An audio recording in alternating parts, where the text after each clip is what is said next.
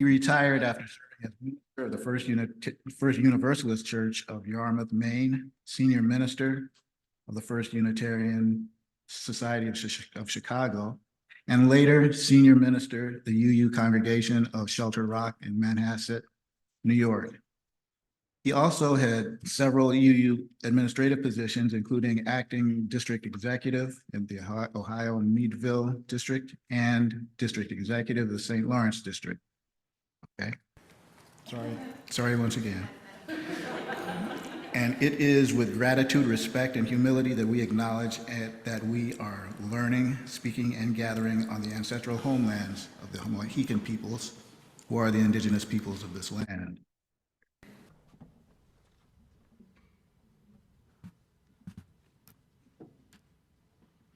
Empathy has been defined by psychologists as the ability to understand and share the feelings of another. I'm going to read 3 quotes by Samantha Powers, Stephen Covey, and Maya Angelou.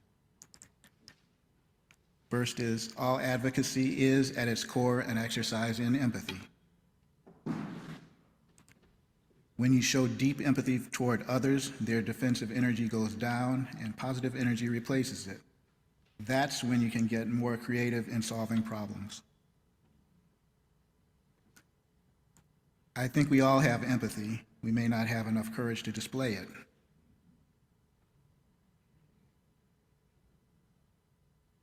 Okay, and please join me in the lighting of the chalice.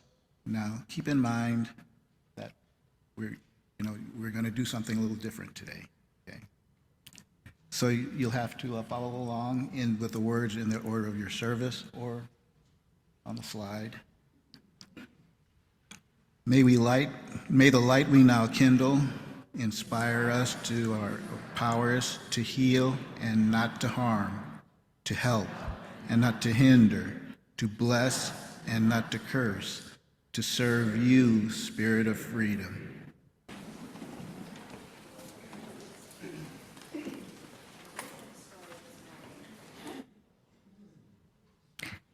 Is the Little Book of Joy by none other than His Holiness the Dalai Lama and the Archbishop Desmond Tutu. There. One of us grew up in a little house. One of us grew up in a big house. Our houses were on opposite sides of the world. Often, we were sad and lonely. Both of us wished for a friend. Sometimes the other kids wouldn't let us play, or they were very far away. We wondered if we would always be sad and lonely. But when we sat still and breathed in the quiet, we noticed something beautiful. If you just focus on the thing that is making you sad, then the sadness is all you see. But if you look around, you will see that joy is everywhere. Joy is the warm, tingly feeling of the sun tickling your toes in the morning. It's the giggly, squiggly feeling you get when you are doing something silly. And it's the soft, snuggly feeling of being all wrapped up, cozy in your bed at night. Even when you are caught in the rain and your joy is washed away, it's waiting at the bottom of the puddle. Even if you slam your door and the joy can't get in, it's just on the other side, waiting in a loving hug. And even if there is a loud noise at night and your joy gets scared away, it comes streaming right back with the light of the silvery moon. Joy is the bubbly, bouncy feeling of finding a good friend. And once you let joy in like magic, your heart always has room for more. We discovered that the more joy we shared, the more joy we had. And the more joy we had, the more joy we could share. So Look for the joy all around you and share it. Write it in a letter, play it on a drum, sing it to the sky. It will travel up in the air, across the ocean. Someone will find it and share it. And as it spreads from person to person, the world will fill with joy. All right. Sometimes I think when the beginning of the service gets so good, it's sometimes better just to end it. Sometimes you can go on too long, and I hope that's not going to be the case here this morning.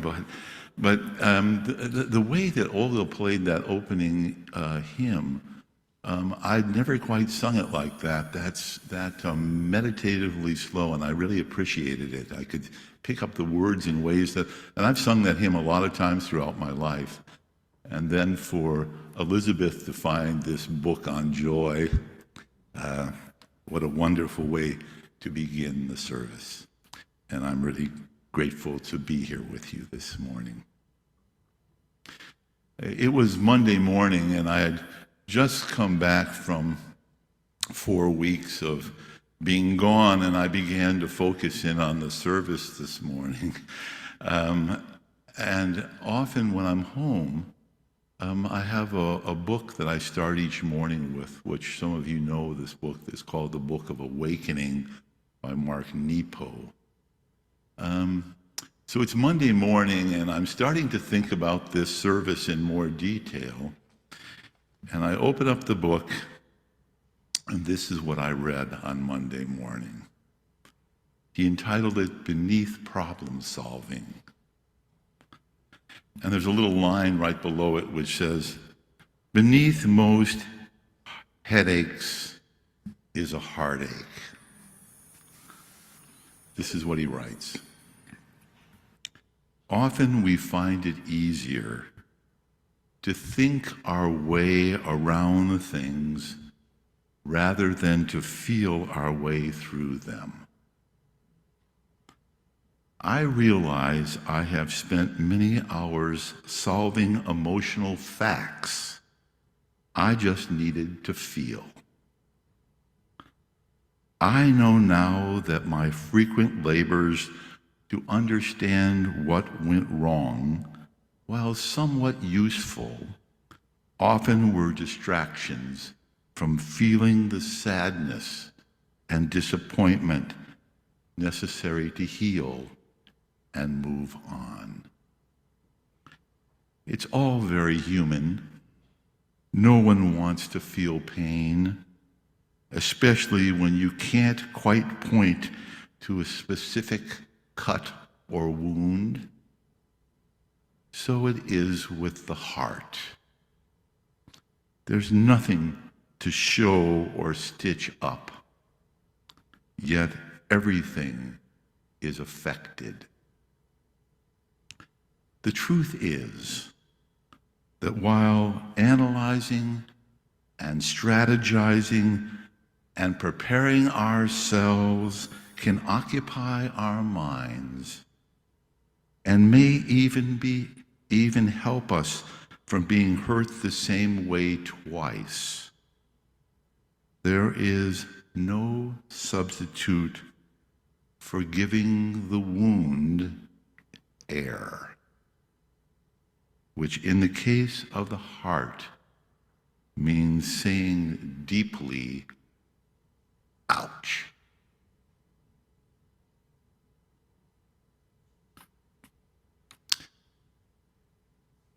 So what I'd like to do is to offer a chance for each of us to enter into just the quiet for a moment. And then I want to lead you on a meditation which is somewhat grounded on our story this morning, but also grounded in this reading. So just sit quietly for a moment.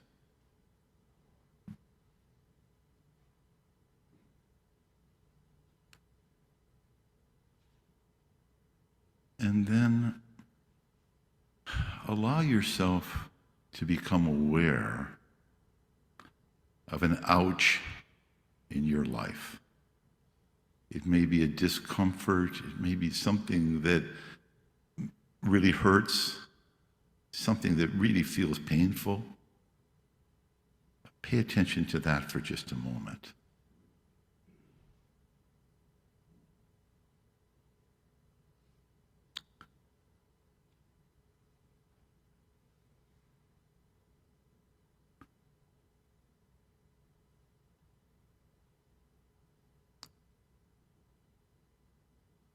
Breathe slowly and allow yourself to move with that discomfort. Just breathe slowly.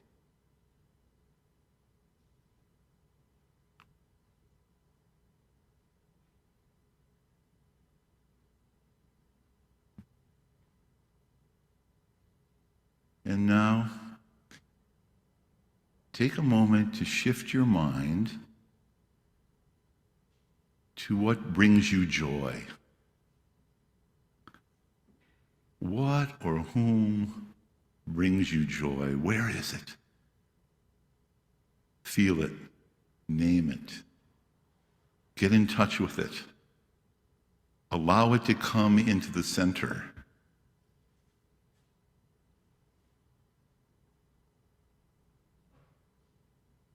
What has happened to your discomfort? What has happened to your ouch when you can surround it with joy and love, beauty, hope?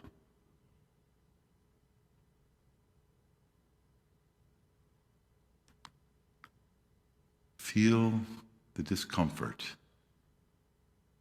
but mostly feel the joy, for it is all around us. And the heart is engaged.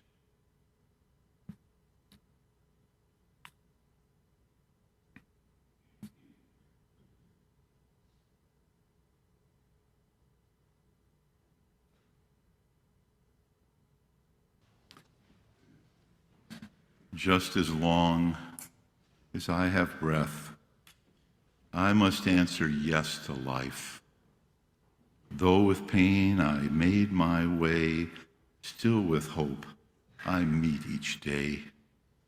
If they asked what I did well, tell them I said yes to life. This hymn has been an important one in my life, as well as the first one we sang.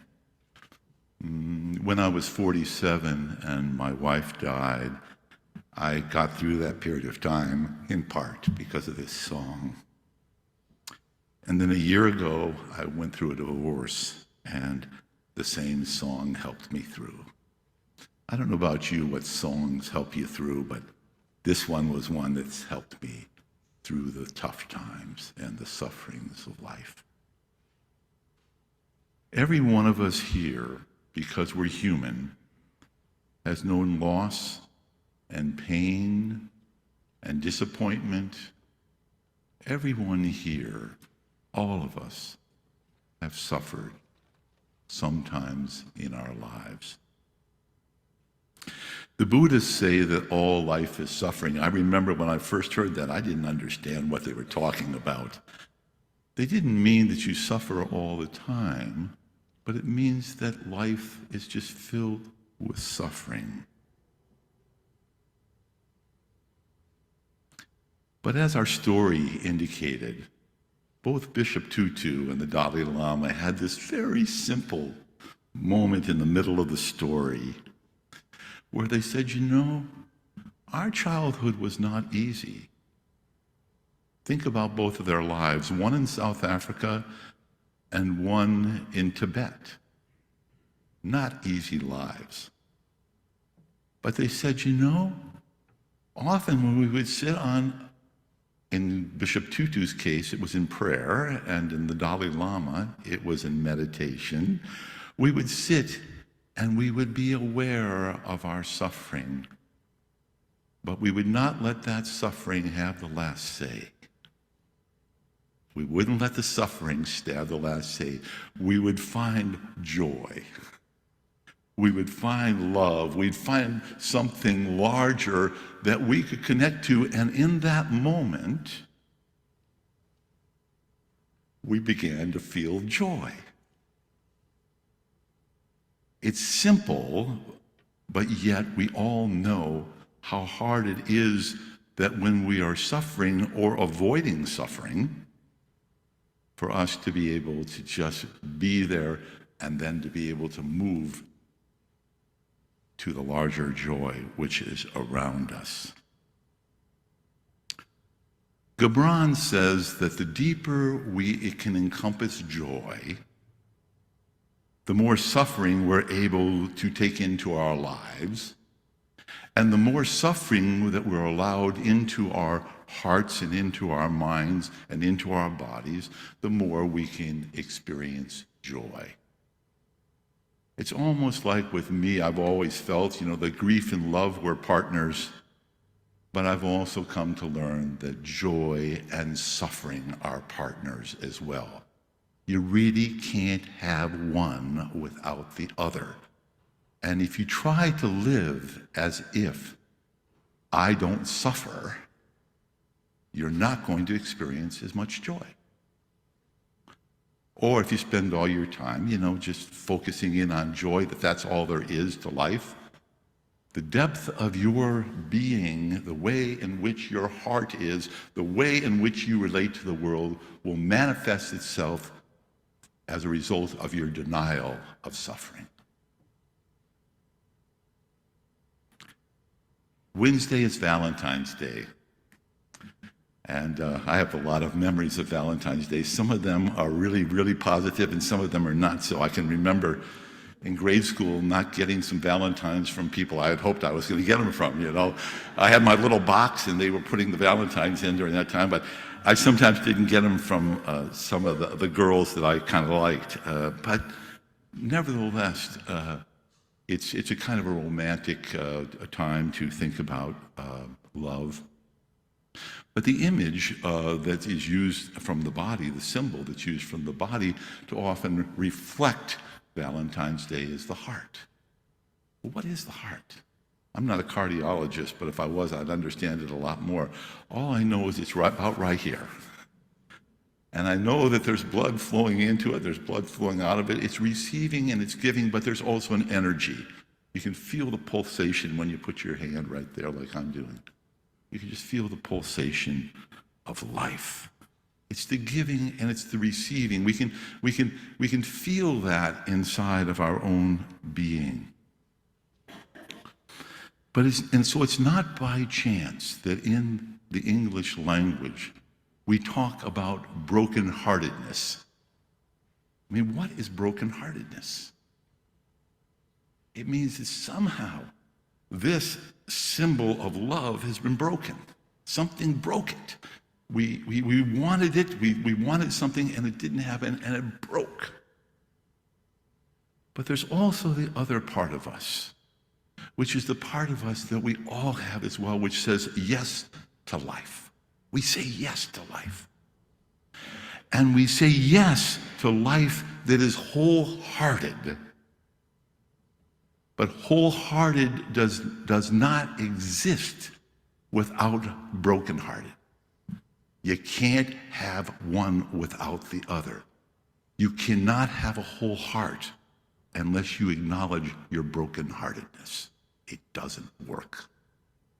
Now, I know that at times I wish it worked that way, that I could get to wholeheartedness without going through brokenheartedness. I haven't figured a way to do it yet. Maybe you have. If you have, I'd like to talk with you after the service and see how you've done it.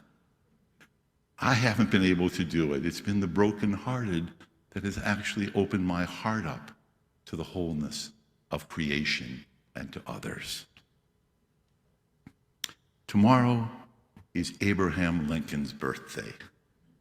I think the greatest president in the history of the United States. That's my feeling. Others may choose someone else. Think about Lincoln for a second. Born in Kentucky, poverty. Moved when he's a child to Indiana, where his mother dies when he's I don't know, maybe 10 or 11. I can't remember exactly how old he was, but he was quite young when his mother died. And then found himself yearning to learn, but his father didn't really value that in him, so his father didn't see him. He did what he did often in spite of his father. And then he went into severe depressions. I mean, really deep depressions. He lost one son and then another son to death. So 2 of his children, boys, died. And then he became president of the United States during a civil war, which led to a civil war, which led to 600,000 people being killed. And he had to hold the nation together as best he could. Now, I don't know about you, but when I think of leadership, I think of Abraham Lincoln, a broken-hearted man who had a big heart. Even to the point that he said, we are not going to do retribution against the Confederates if we win. And he didn't. We are not going to humiliate the people that fought to split the Union apart. Brokenheartedness and wholeheartedness, partners in life. When I was about 1 year old, and the only reason I know this is because some of the body work that I've done over the last quarter century, I began to be aware that something happened to me about 1 year of age. Maybe it was 1.5, but it was for a period of time. And so I went to my mother and I said, Mom, what happened during this period of time? And she said, I was in a severe depression. I had 2 miscarriages. And that's what happened. And we moved 4 times. And I said, well, no wonder I'm feeling the way I am. It's not that you didn't love me, but it was hard for you to be able to take care of me, a 3rd child at age 21. That's what it was like. So, early at the stage when Erickson says that we're supposed to be experiencing basic trust, right? I'm experiencing something other than basic trust.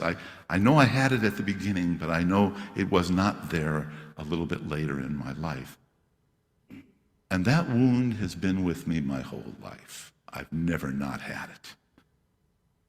But like so many wounds, it gets incorporated before you get conscious, and pretty soon it weaves into your life, and you begin to adapt, and you begin to do all kinds of things, and you create adaptive systems to be able to deal with the reality of your wound, and pretty soon you've created a whole identity based upon an unconscious wound, which is what I did. An unconscious wound that was there. And it wasn't until my wife died that I began to understand it, because I knew there was something there, but I didn't know what it was. 25 years I've been working on wholeheartedness. So this sermon this morning is one of really probably a lifetime, but more particularly one that I've been consciously working on for 25 years. Now, some of us, when we have a really deep wound early on, whatever the cause of it might be, some of us try to please others in order to get the love we didn't get. That's me. You know, we please others. We give. We set up situations in which we get something, right? We're setting up all the time situations in which we can get response. Others do just the opposite. They say, I am going to basically keep you away because I am hurting because of the nature of what has happened to me, and I don't really trust, and therefore I'm going to distance myself from you and from others and from life itself. Either way, whether we come towards or whether we back away, we are responding to the same thing, which is our response to pain. It's our response to the wounds of our life. So we need, if we're going to be whole and wholehearted, we're going to need to bring the broken self to consciousness, and then to be able to find out where the sources are that nourish us on the inside. And there's all kinds of things that nourish us when we take a moment to think about them. Our meditation, ouch, consciousness. Open up to a larger reality of joy and watch what happens to the ouch. Keep doing that, and you will be able to create a pattern for wholeheartedness. If you can stay with the ouch and then find the joy, you can be Dalai Lama or Bishop Tutu, right? Simple but not easy, as we know, those of us who have tried. Now this leads me to that first line in the reading this morning, that headaches begin with heartaches. When I first read that, I said, oh yeah, that's what it is. I get headaches when my heart's hurting, right? But I said, no. That's true to some extent, but heartaches can in fact be because the head is not working very well. In other words, the mind has chosen not to offer an alternative to the suffering that's inside of us. Therefore, the head is needed in order to open up the heart. In other words, it's not as if the heart is needed for the head or the head for the heart. They need each other in order to be able to discover the fullness. A story. September, I'm going to Ghost Ranch in New Mexico, Georgia O'Keeffe country, for those of you that maybe have been down there.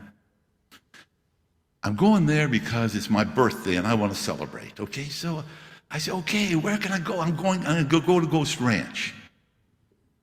And I decided I'm going to do something I've never done before, to do a workshop on art and poetry. I really am not good at art, and I do a little bit of poetry, but I decided I'm going to do art and poetry for my 75th birthday, right?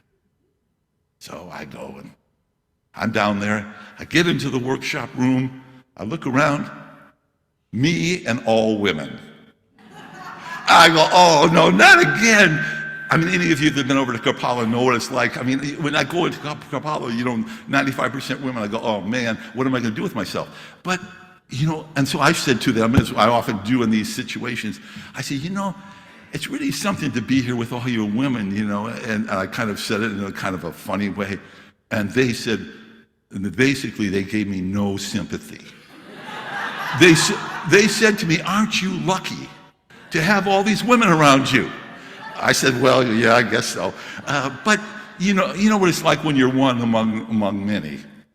Well, being a white male really makes a difference, because I can joke about that and there's not huge pain inside of me when I do that. I was just joking around. I was aware I was the only one there. A woman on the other side says, I was an engineer. And I was the only woman in my whole work life. She was about my age. And she said, this was really hard, because I don't think that the other engineers liked me at all. I was highly combative. I had to fight my way to be heard. She said, it was no fun. And I said, thank you for telling me this, because it helps me to put my joking around in a perspective. 2 days later, it's breakfast time, and this woman is sitting next to me, And I said, I want to talk a little bit more about what it was like for you to work all those years with men. And so we began to talk. She said, I don't think they liked me. They just didn't like me. And I said, why, why? And she told me a little bit more. And I said to her, do you like yourself? And she said, no. And I go, oh, wow. And I said to her, I'd like to offer a thought here, and that is that for the next couple of days, why don't you go around this conference center assuming that everybody likes you? Just take it in. Everybody likes me. And she did that. And 2 days later, she says, Tom, you're not going to believe what happened.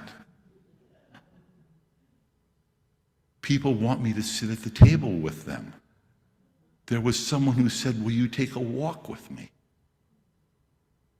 And I thought, wow. By changing the mental frame, which is the story we tell ourselves about ourselves, we can alter our whole environment. And I said, this is something.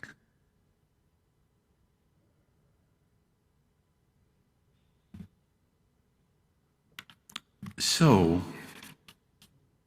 what she did then was to admit the truth that she really didn't like herself. She changed what she was telling herself about herself, and that made all the difference in the way that people responded to her. It was just an amazing moment. Brokenness to wholeheartedness by changing one's self-image. Now, she had to be open to this, to try it, because it was messing with her identity, with her personality that she created. She related to the world as if nobody liked her, which means she was often very defensive. She would be combative. Understandable. She was oppressed. She was oppressed in a lot of different ways. I could tell that from talking with her. But we need hope to deal with being disheartened. Disheartened. Disheartened. We need courage, which is the heart in action. Core, the heart in action. We need courage. And as Michael was saying in the opening words about courage, you got to have courage. Got to have the heart in action. Otherwise, you end up half-hearted. Now think about that word, half-hearted.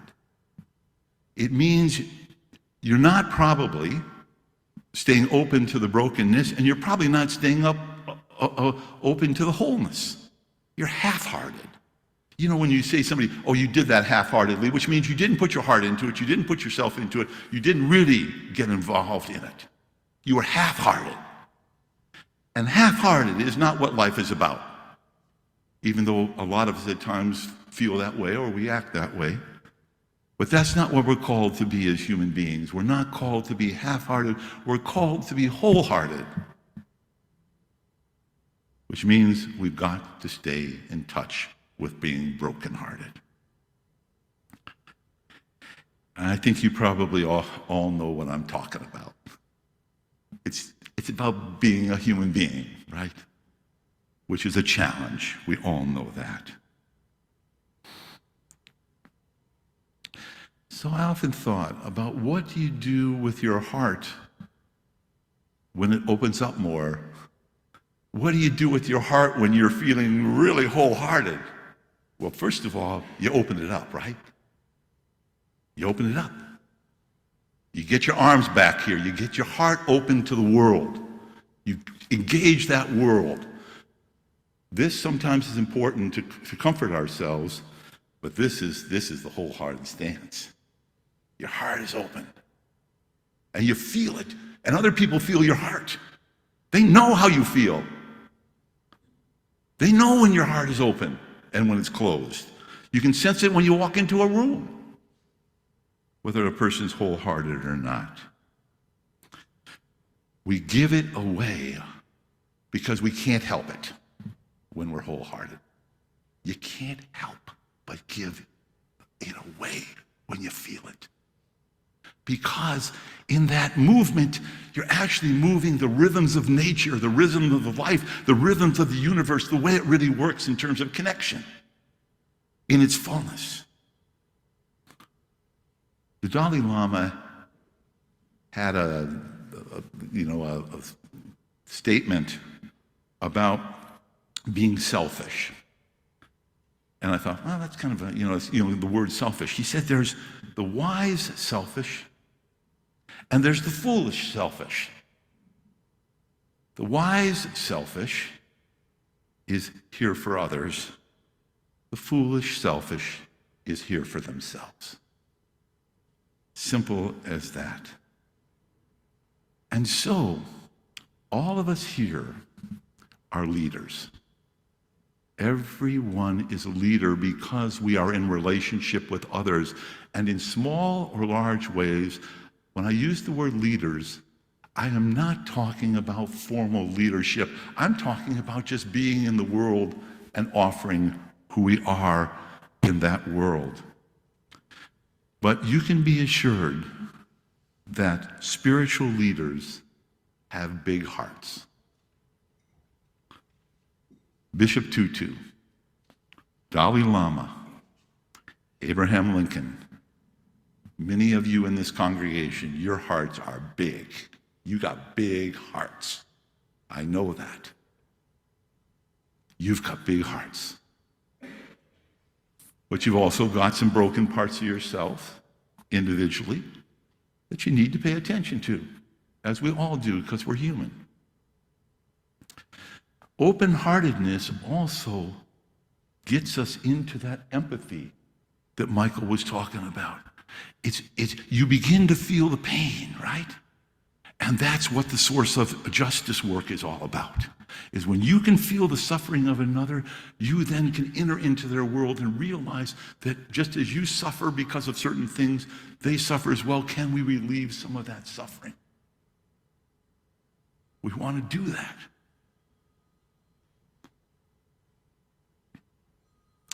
So we need to be ourselves and be connected and be open-hearted. And when we're open-hearted, we open up space for others to be and to become. When we're open-hearted, we do not project our stuff onto another, nor do we unnecessarily judge others by masking our insecurities. Nor do we yell at other people because they've triggered our pain and we don't know what to do with it. We deal with the stuff that's in us as honestly as we can. It doesn't mean we don't challenge one another. We need to challenge one another because sometimes people don't do the right thing. Sometimes people are mean. And you need to be able to say, no, that's not all right. So I want to close with leading from the heart. Stay open to the stranger. That's just a reflection of how open your heart might be. Treat other as a precious being, not something to be used.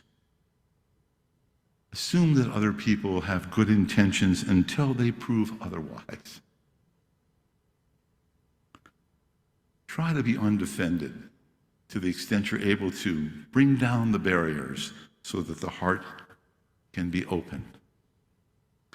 And this one I love. It actually is very similar to Psalm 19. And that is, let the words pass through your heart before it comes to your lips. Let the words pass through your heart before it comes to your lips. Now, to do all this stuff, I've learned I got to slow down sometimes. All of a sudden I get react, and all of a sudden I say, if I slow down, I often can discover what's really going on. And much of the time, it's about me. It's not about the other person. It's about me. And in the end, about all I can do anything about in many, many situations is to figure out why I'm responding the way I do. Leading from the heart, we change minds and we tap into the deepest parts of ourselves. As a beloved community, this congregation at its best is about heart to heart. So let us celebrate those who lead from the heart, both within the congregation and in the larger world, and let us encourage each other to be wholehearted. It's not easy, but the alternative is not that great. So let's be wholehearted. Thank you. So let's just put one foot in front of the other and lead with love. Sounds like a pretty good ending.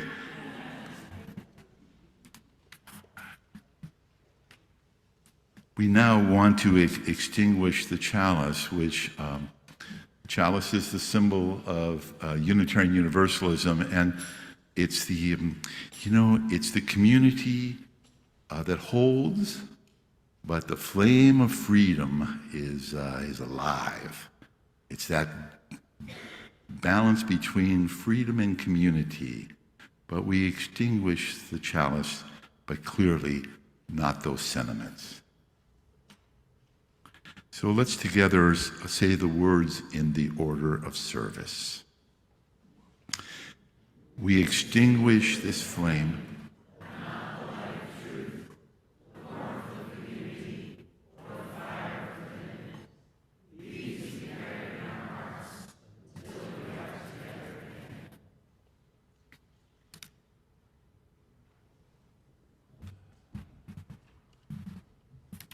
Hi, I'm Chris Bystroff on behalf of the Green Sanctuary Committee, and we are offering the coffee table goodies today, so I hope you enjoy them.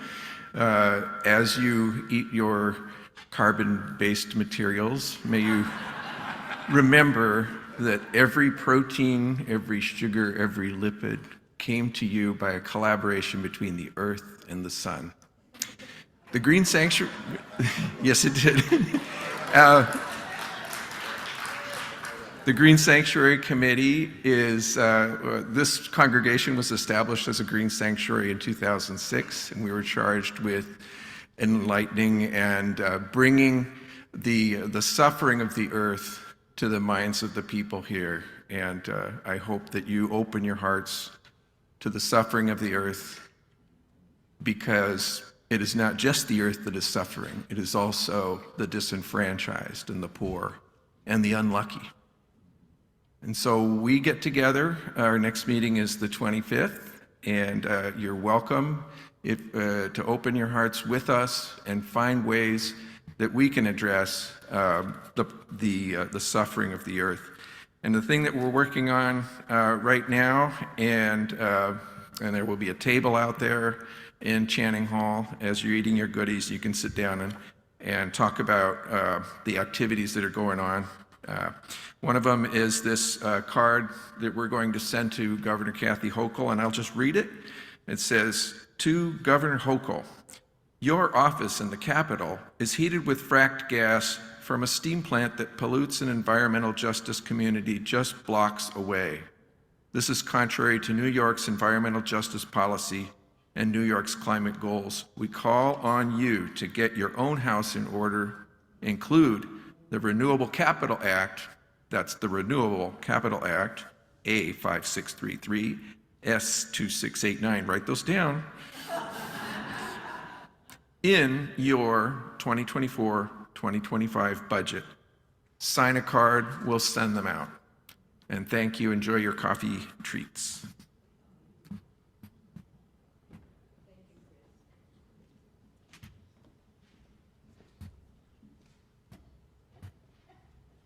Okay. So we have some announcements here.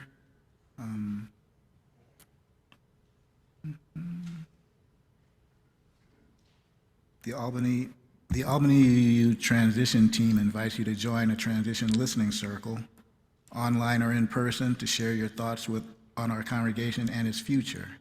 The TLCs are structured 90-minute conversations that will provide important input for our congregation to consider in our interim period, as well as during the search for and transition to a new minister.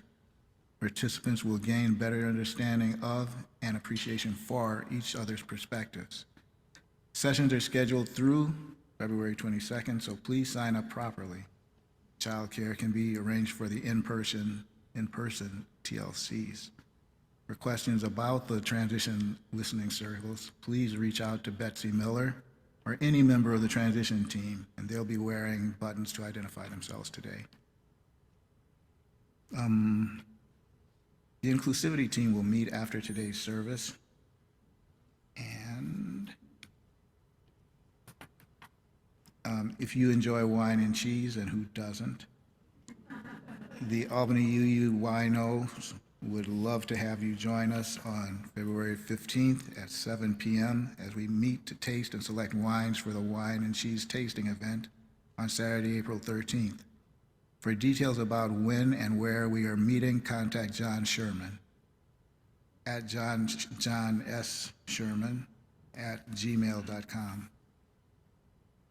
Finally, go Chiefs.